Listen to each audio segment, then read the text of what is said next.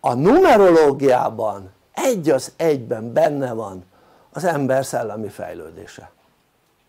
Az azt jelenti, hogy az újjászületések révén teljesen látható, ami annyit jelent, hogy van 9 féle működés, a legkevésbé szellemi számtól indulva, az az 1-es, és a legmagasabb szellemi számig jutva az a 9-es, és a szellemi számok az a 7-es, 8-as, 9-es, a fizikai számok, tehát anyagi számok, azok pedig az 1-es, 2-es, 3-as, 4-es, 5-ös, 6-os, és ez úgy működik, hogy egy ember akkor működik jól, hogyha az összes szám energiáját képes ismerni és használni, tehát az összes szám energiáját. Na most, de ahhoz, hogy az ember megértse ezt és használja az összes szám energiáját, és ezáltal jól működjön, ehhez az kell, hogy az ember végigélje az összes szám energiáját. Az 1-es az a vezető, a 2-es az a segítő, a 3-as az a szórakoztató, a 4-es az a realista, az 5-ös az optimista, a 6-os a harmonikus, a 7-es a céltudatos, a 8-as a sikeres, a 9-es a szellemiség. Jó? Tehát ennek a 8-nak az energiáit végig kell élni. Ezáltal nagyon érdekes, mert az emberek egy születési dátummal születnek, ami még akkor is, ha manipulált, akkor kellett születnie az illetőnek. Mi az, hogy manipulált? Úgyhogy nem természetes úton született, hanem mondjuk beavatkozás révén. Tehát magyarul azt mondta a nőgyógyász, hogy én most érek rá, ezért tessék most szülni, és megindítja a szülést. Nem, ezt komolyan mondom, mert mostanában ez a jellemző. Tehát akkor szülnek az asszonyok, amikor a nőgyógyásza ráér. És lényeg az, hogy itt van ez a 9 szám, és a 9 szám energiáját ugye úgy élik meg az emberek, hogy hát leszületünk egy olyan számmal, ami a legfőbb számunk, ez pedig a születési dátumunk végösszege, és annak az egy számra egyre hozott száma. Tehát például az én esetemben ez 27, tehát ha összeadom egyesével a számaimat, akkor 27-re jön ki, és a legvége az egy 9-es, tehát ott is a 2-est meg a 7-est összeadom, ez egy 9-es. Na most ha ezt megnézem, ez a legfőbb szám, ez az embernek a küldetésének a száma. Na most ebből a számból gyönyörűen lehet tudni, hogy az illető vajon milyen szellemi szinten volt azelőtt, mielőtt leszületett. Mert ha neki a 9-est kell megélnie, akkor ő már neki nem kell megélnie az 1-est, 2-est, 3-ast, 4-est, 5-öst, 6-ost, 7-est, 8-ast, mert arra már nincs szüksége, mert megélte. Most az, hogy hol élte meg, az most ebből a szempontból részletkérdés. Tehát ez nem túl jó hír azoknak, akiknek a küldetés száma alacsony. Tehát ami azt jelenti, hogy ráadásul még erre azt is szokták mondani a numerológiai szakemberek, hogy öreg lélek. Tehát minél nagyobb a szám, a küldetés száma valakinek, annál öregebb lélek. Tehát ezáltal ugye elég könnyen meg lehet ezeket határozni, csak ugye ezzel van egy gond, hogy minél magasabb a szám, a küldetés szám, annál nagyobb a felelősség. Hoppá! És minél nagyobb ez a szám, mivel annál nagyobb a felelősség, ezáltal az illető nem tehet olyan dolgokat, mint egy alacsonyabb számú. Mert gondoljátok végig, ő rendelkezik azokkal az információkkal tudat alatt, ami ahhoz kell, hogy ő nagyobb feladatot lásson el a földi létében, mint az, akinek alacsonyabb a száma. Na most ez mindig így volt itt a Föld történetében, mármint nem a Föld történetében, itt a jelenlegi emberiség történetében, hogy ez ugye maga a numerológia meg asztrológia az ilyen több ezer éves tudomány, tehát több ezer év óta figyelik ezt, és több ezer év óta tudják azt, hogy az embernek meg lehet határozni, hogy milyen született. És akkor az emberek szépen úgy csinálták, képzeljétek el, hogy leszülettek egyessel, majd a következő életükben, ha teljesítették az egyes küldetését, akkor leszülettek kettessel, majd ha teljesítették a kettesnek a küldetését, akkor leszülettek hármassal, és szépen így ment, de csak akkor, ha teljesítették. Ha nem teljesítették, akkor úgy mondjuk egyesként leszületett, és nem teljesítette az egyes küldetését, akkor maradt egyes a következő életében is. És addig maradt egyes, ameddig nem teljesítette az egyesnek a küldetését. És ez így volt, addig míg mi nem születtünk meg. Nem vicc, komolyan. Tehát addig így volt. És miért mondom ezt? Mert igazából lehet, hogy furcsa lesz, amit mondok, az ilyenfajta létformában ez az utolsó emberiség. Tehát ami azt jelenti, hogy nem lesz tovább, érted? Tehát nincs olyan, hogy hát még egyes voltál, akkor majd lehetsz kettes, leszülethetsz hármasként, meg négyesként, ez befejeződött. Tehát velünk befejeződött. Most ez a velünk, ez azt jelenti, hogy akik mit tudom én, az 50-es évektől születtek, tehát azokkal befejeződött. Tehát azokkal befejeződött.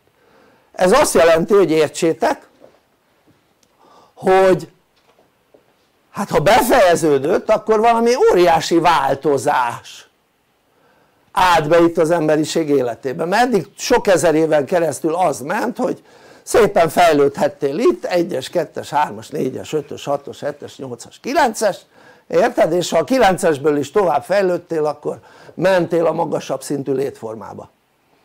Ennyi, érted? És akkor ez így most megállt, ez a folyamat. És akkor most mi a manó lesz, vagy mi van, vagy hogy van, mint van. Na most lényeg az, hogy az emberiség kapott egy sanszot, egy lehetőséget arra, hogy tök mindegy, hogy ki hányas számmal született, bekerülhet a fenti létformába, ha teljesíti a küldetését, illetve nem csak azt, hanem annál többet, tehát többet kell teljesíteni. Tehát akkor jó az ember, akkor tud jól működni, hogyha képes arra, hogy vezessen, képes arra, hogy segítsen, képes arra, hogy szórakoztasson, arra is, hogy reálisan lássa a dolgokat, arra is, hogy harmóniába éljen, az a 4-es, arra is, hogy optimista legyen, arra is, hogy céltudatos, 6-os harmóniában legyen, céltudatos legyen, az a 7-es, 8-as, hogy sikeres legyen, és a 9-es pedig, hogy szellemiség legyen. Na most ha ezt megéli, na erre adtak egy átmeneti időszakot, ami 2035-tel indul, és a jelenlegi időszak egy felkészítő időszak, a felkészítő időszak pedig arról szól, hogy az emberek felismerjék a változtatás szükségességét. Tehát felismerjék. Aki nem ismeri föl, az így át, aki meg felismeri, az pedig bekerülhet ugye abba a korszakba,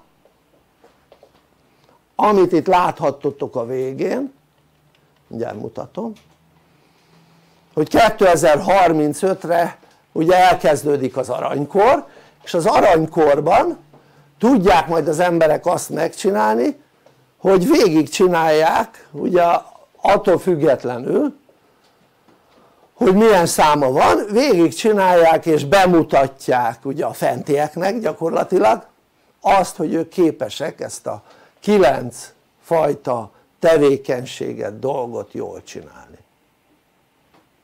Na most, ha ezt megnézzük, erre lesz idő, ha valaki esetleg egy életben nem tudja, akkor ott újból lesz egy reinkarnáció, de már nem lesz olyan típusú reinkarnáció, mint ami most van. Milyen mostani típusú reinkarnáció van? Ez azt jelenti, hogy valaki meghal, akkor a múlt században átlagosan 13 évenként születtek újra az emberek. Most ez már ilyen nagy kutyulás van, ami azt jelenti, hogy van, aki már pár hónap után újra születik. Tehát ebben a kérdésben ugye változások voltak itt a századfordulóval. Tehát azt fogja eredményezni, hogy az illető az aranykorban, hogyha esetleg nem teljesíti, ugye nem tudja megcsinálni, akkor már egy olyan társadalomba születik bele, ahol nincs elnyomás. Ugyanis az ember úgy működik, hogy az elnyomás hatására rossz állapotba kerül, elveszíti a tudását és nem tud fejlődni. Tehát ugye nem csak arra tudunk rossz állapotba kerülni, hogy egy problémát létrehozunk, vagy valaki létrehoz feléd egy problémát. Ha valaki létrehoz feléd egy problémát, azt úgy hívják, hogy elnyomás, csak úgy mondanám, mert elnyomásként éled meg. Tehát a saját magad által okozott problémát is elnyomásként éled meg, és a más által okozott problémát is elnyomásként éled meg. Na most az azt jelenti, hogy az aranykorban kellő segítséget kapnak az emberek ahhoz, mivel nem lesznek elnyomók, kellő segítséget kapnak az emberek ahhoz, hogy ha keletkezik egy problémájuk, akkor ne kezdjenek el problémázni, hanem ha nincs meg a tudásuk, akkor rögtön megkapják hozzá a tudást, ami ahhoz kell, hogy a problémát át tudják hidalni, érted? Tehát ez az aranykorban jól fog működni. De ez hogy fog működni? Hogy az aranykorban szükség van arra, hogy sok olyan ember legyen, aki képes arra a segítségre, amit az emberek fognak várni, amikor tehát létrehoznak még a tudatlanságuk miatt egy problémát. De ez nem úgy fog működni, mint most, hogy az emberek létrehoznak saját maguknak egy problémát, vagy akár másoknak, ez nyilván rájuk is kihatással lesz előbb-utóbb, és mi fog történni? Az fog történni, hogy az illető ugye rossz állapotba kerül. Tehát az aranykorban nem lesznek rossz állapotú emberek, mert ugyanis az ember úgy működik, ha rossz állapotúvá válik, akkor kibújik belőle a kis ördög. A rossz állapot hatására képes arra, hogy a környezetében lévő embereket elnyomásban részesítse. Tehát annak ellenére, hogy nem elnyomó, de mégis figyeld meg akár magadon vagy másokon, hogyha rossz állapotban van, akkor képes arra, hogy a környezetében lévő embereket valamilyen szinten elnyomja. Világos ez? Na most ezért az aranykorban nagyon nagy szükség lesz arra, hogyha az ember egy problémával találkozik, akkor rögtön legyen egy segítője, úgy is lehet mondani, akinek megvan ahhoz az információ, tudása már, hogy az illetőnek segítséget nyújtson abban, hogy az illető az áthidalja azt a helyzetet, amit egy probléma szokott okozni. Na most ezért most van a kiválasztódás időszaka, hogy az illetők kiválasztódjanak arra, hogy kik lesznek a jövőben a tanítók, a vezetők, mert nyilván a tanítók az egyben vezető is. Hát most nézd meg, egy általános iskolában az osztályfőnök tanító, és egyben az osztály vezetője is. Tehát ugye egy tanár az én időmben még vezette a diákokat, oké? Az előtte lévő időszakban, mondjuk a szüleim időszakában meg még inkább, tehát még inkább. Tehát ami azt jelenti, hogy most folyik a kiválasztódása annak, hogy kik lesznek az emberek vezetői, tehát kik lesznek azok a segítők, akik kellő információval, kellő tudással el tudják majd látni a többieket. Ez ugye a számok szerint ez körülbelül úgy fog kinézni, hogy egy emberre, egy tanítóra körülbelül átlagosan 25 ember fog jutni. Jó? Tehát egyre 25. De azt azért elmondanám, hogy mivel nem lesznek elnyomók az aranykorban, ezért sokkal jobb állapotúak tudnak lenni az emberek. Ezért sokkal kevesebb segítségre szorulnak, mint egy olyan társadalomban, ahol állandó elnyomás van. Márpedig ekkora elnyomást én nem éltem meg, mint ami most van tavaly március 12 óta. Tehát ez, ha nem ultra elnyomás, akkor semmi. Tehát ez konkrétan annyira elnyomás, hogy én ezt úgy nevezném, hogy a szabadságjogok korlátozása. Oké? Tehát az emberi szabadság, szólás és fizikai szabadság korlátozása. Jó?